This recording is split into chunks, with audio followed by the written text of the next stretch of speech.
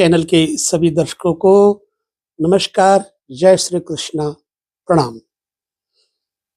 ईशावास्यम इदं सर्वं यत् किंचित जगत्याम जगत तेन त्यक्तेन भुंजीथा मां गृधः कस्य सिद्धनम। ज्योतिष के विषय को लेकर के चर्चा करेंगे, लेकिन उससे पूर्व हम वास्तव में किसके आश्रय हैं इसकी चर्चा भी जरूरी है। हम सभी के अंतर में विषय, विश्व इत्यादि के रूप में जो व्यापक है वो ब्रह्म ही है। हमारे मन, बुद्धि, चित्त के अनुसार हम उस विषय को ईश्वर की तरफ ले जाएं, चाहे संसार की तरफ ले जाएं।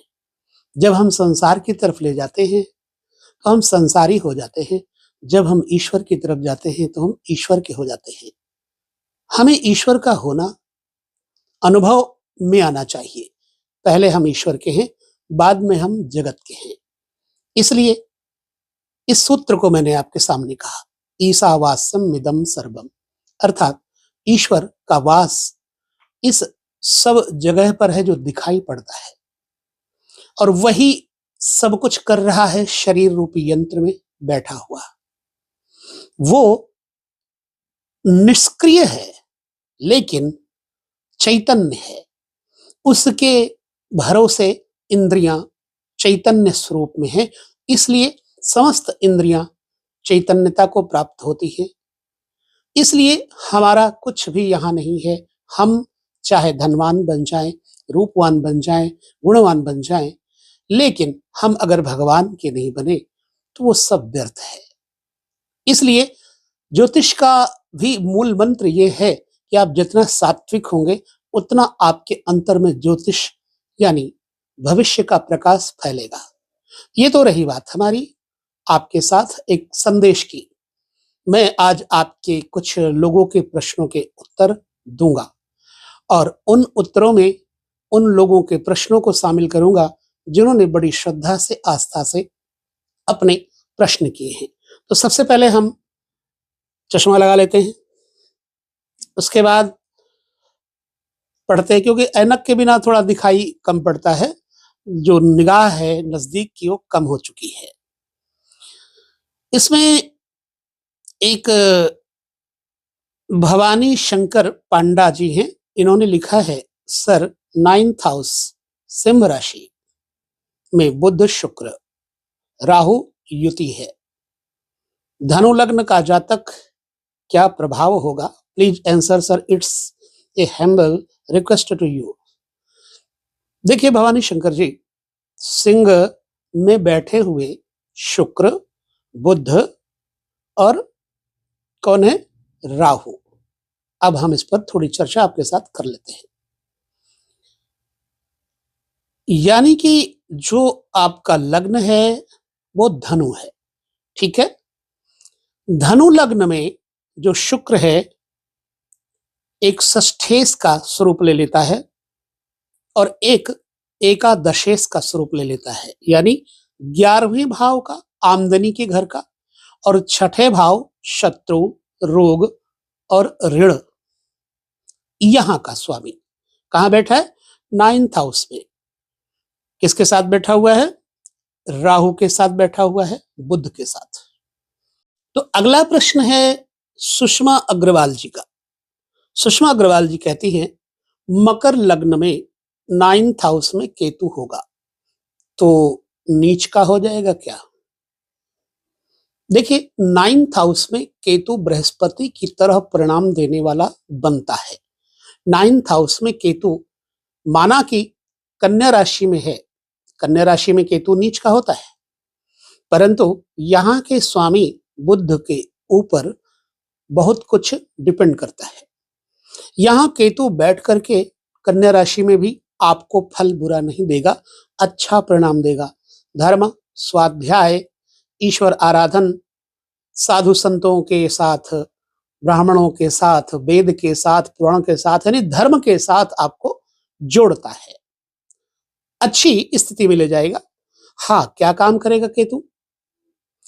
यहां पर धर्म निष्ठ बनाने के साथ साथ राहु की जो एक दृष्टि पड़ रही है, सप्तम दृष्टि पड़ रही है, वो मेरे विचार से जो बैक पेन है वो देगा, हिप्स इत्यादि में आपको प्रॉब्लम आएगी। तो चलने फिरने में कभी भी आपको ये समस्या का सामना करना पड़ सकता है। ये हो गया सुषमा अग्रवाल जी का, और आशा करते हैं सुषमा अग्रवाल जी आपको इस उत्तर से संतुष्टि मिलेगी। ठीक है, नेक्स्ट देखते हैं किसका प्रश्न है। तो अगला एक प्रश्न है सतीश शुक्ला का। इन्होंने मेरे वीडियो पर कमेंट दिया है, thanks for the analysis of the horse ninth house. Saturn ninth horse और कर्क राशि में, प्लीज एक्सप्लेन। जय श्री कृष्ण, राधे राधे। सतीश शुक्ला जी, राधे राधे, जय श्री कृष्ण। आपने बताया है नाइन्थ हाउस सेटर्न यानी कि शनि नवे घर में है, कर्क राशि में है। शनि तृतीयेश और चतुर्थेश बनेगा। तृतीयेश एक बल पराक्रम के साहस के स्थान का स्वामी, दूसरा सुख भाव का स्वामी। यदि दोनों ही जातक के भाग्य भाव में बैठ जाएंगे तो ऐसे जातक को अपने हाथों से अपना भाग्योदय करना होगा। अपने हाथों से हर प्रकार के सुख सुविधाओं का सामंजस्य बिठाना होगा। प्रायः पिता या माता दोनों में से एक में किसी एक का स्वास्थ्य बाधित रहेगा। चूंकि तृतीयेश है तो तृतीयेश और चतुर्थेश सुखेश और पराक्रमेश भाग्य में बैठेंगे तो आपके पराक्रम में बल की वृद्धि करेंगे, संपत्ति की वृद्धि करेंगे, बड़े बड़े साहसिक कार्य करवाएंगे। और मिलिट्री डिपार्टमेंट, पुलिस डिपार्टमेंट, खाकी डिपार्टमेंट से आपका काफी लगाव होगा। हो सकता है कि आप उसी क्षेत्र में सर्विस भी करते हो या उसी क्षेत्र में कहीं ना कहीं कुछ जुड़ करके करते हो। लोहा, सोना, चांदी, जमीन जायदाद खुद अपने बलबूते से आप बनाएंगे। मेरे ख्याल से सतीश शुक्ला जी, जो जन्म कुंडली में आपने राशि बताई उसके मुताबिक यही सटीक है। आगे हरी इच्छा, हम तो खाली एक प्रयास करते हैं आप लोगों के उत्तर देने का। अगला प्रश्न हम देखते हैं। सुषमा अग्रवाल जी का ही ये प्रश्न है। पहले उन्होंने अपने बारे में संभवतः पूछा है और दोबारा अपने बेटे के बारे में उन्होंने पूछा है। उन्होंने कहा मेरे बेटे के में नाइन्थ हाउस में चंद्र और केतु है। नाइन्थ हाउस में चंद्र केतु की युति है, मेष लग्न है, कैसा रहेगा? देखिए, नाइन्थ हाउस में केतु है और चंद्रमा है। चंद्रमा चतुर्थेश है, ठीक है। चतुर्थेश भाग्य भाव में बैठा केतु के साथ नुकसान फायदा दोनों देगा, क्योंकि जब सुख का स्वामी भाग्य में बैठ जाए तो ऐसा बच्चा अपने हाथ से अपने भाग्य को, माता के सुख को बढ़ाता है, परंतु वहीं पर जल का भय रहता है। इस व्यक्ति को, इस बच्चे को पानी से बचाकर रखें, चाहे किसी तीर्थ में जाएं, कहीं भी गहरे पानी में अकेले उतरने मत दें। यह भय या आशंका कई बार हमारे सामने प्रत्यक्ष भी हुआ है। और यहां पर चूंकि केतु बैठा है, नो डाउट केतु उच्च का है, डॉक्टर, मास्टर और कई प्रकार के अच्छे लोगों से जुड़ करके ये बच्चा विकास की गति को प्राप्त करेगा।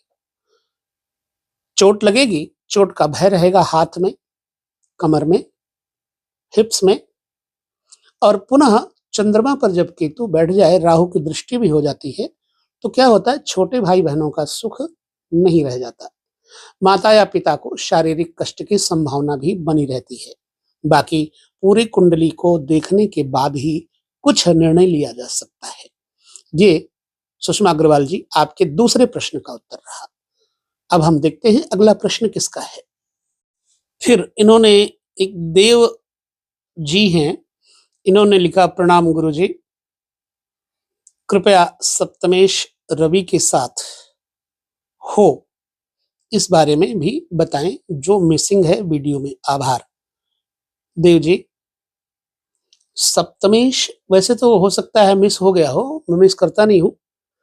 सप्तमेश जब सूर्य के साथ होगा, क्योंकि सप्तम भाव शुक्र का, यहां शुक्र कारक है, तो जब सूर्य के साथ सप्तमेश होगा तो जीवन साथी के साथ मानसिक तनाव की स्थिति बनती है।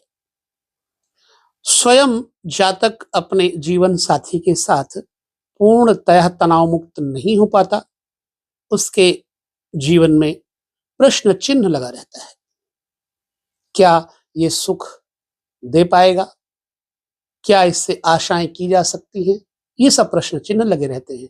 लिहाजा यदि सप्तमेश सूर्य के साथ में होगा तो शुक्र अवश्य ही प्रभावित होगा। अब जब शुक्र प्रभावित होगा तो वैवाहिक जीवन, सुखमय जो पति पत्नी का सानिध्य वाला जीवन, वो भी खराब होगा। नेत्र विकार, त्वचा में विकार, लोक में अपयश इत्यादि का भी भय रहता है। जीवन साथी ही कलंक लगा दे अथवा संसार कलंक लगा दे। लिहाजा मेरे हिसाब से सूर्य यदि सप्तमेश के साथ बैठेगा तो अच्छा प्रतिफल नहीं देगा। अब इसके लिए आपको अपनी जन्म कुंडली का पूरा विश्लेषण करवाना चाहिए, तो आपके बारे में कुछ कहा जा सकता है। ठीक है। अगला प्रश्न है सेली बोली। मैं एक निवेदन करूंगा कि आप लोग जब प्रश्न करें तो अपना नाम, अपना पता पूरी तरह से अलग से लिखें, क्योंकि आईडी के साथ में नाम लेना कठिन लगता है।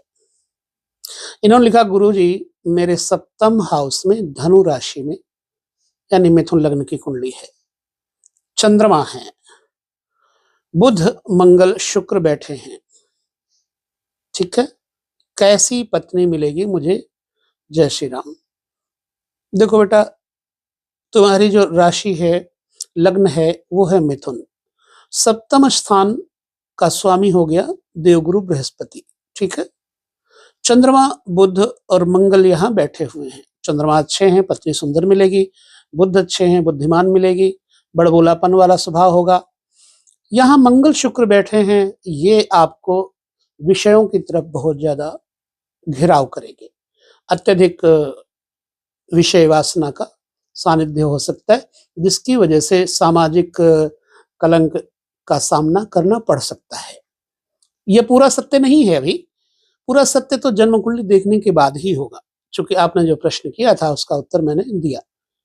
अब जब धनेश सप्तम बैठेगा तो ऐसी स्थिति में पत्नी सुंदर भी होगी, सुशील भी होगी, पढ़ी लिखी भी होगी, साथ ही विवाह के बाद आपका भाग्योदय होगा। तो ये रहे कुछ प्रश्नों के उत्तर आज के इस वीडियो में।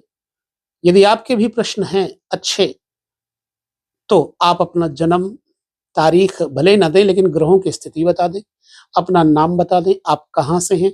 मैं आपका नाम लेकर के आपकी उस कुंडली के बारे में बताने का प्रयत्न अवश्य करूंगा। जब तक जन्म कुंडली पूर्णतया नहीं देखी जाए तब तक उसका विश्लेषण अर्ध होता है, अर्ध सत्य माना जाएगा। फिलहाल विश्लेषण के लिए तो आप कभी भी संपर्क कर सकते हैं। ठीक है, तो अब हम इस वीडियो में यहीं पर विदा लेंगे। अगले वीडियो में पुनः आपके साथ चर्चा करेंगे, मिलेंगे। तब तक आप सभी लोग प्रसन्न रहें और भगवान की तरफ अपनी वृत्ति लगाए रखें, गुरु में श्रद्धा रखें, माता पिता की आज्ञा का पालन करें। यही जीवन का सत्य है। तो आपके अंदर धर्म प्रवेश करेगा, आपका बृहस्पति, सूर्य, बुध सब अच्छा हो जाएगा। नमस्कार, जय श्री कृष्ण, प्रणाम।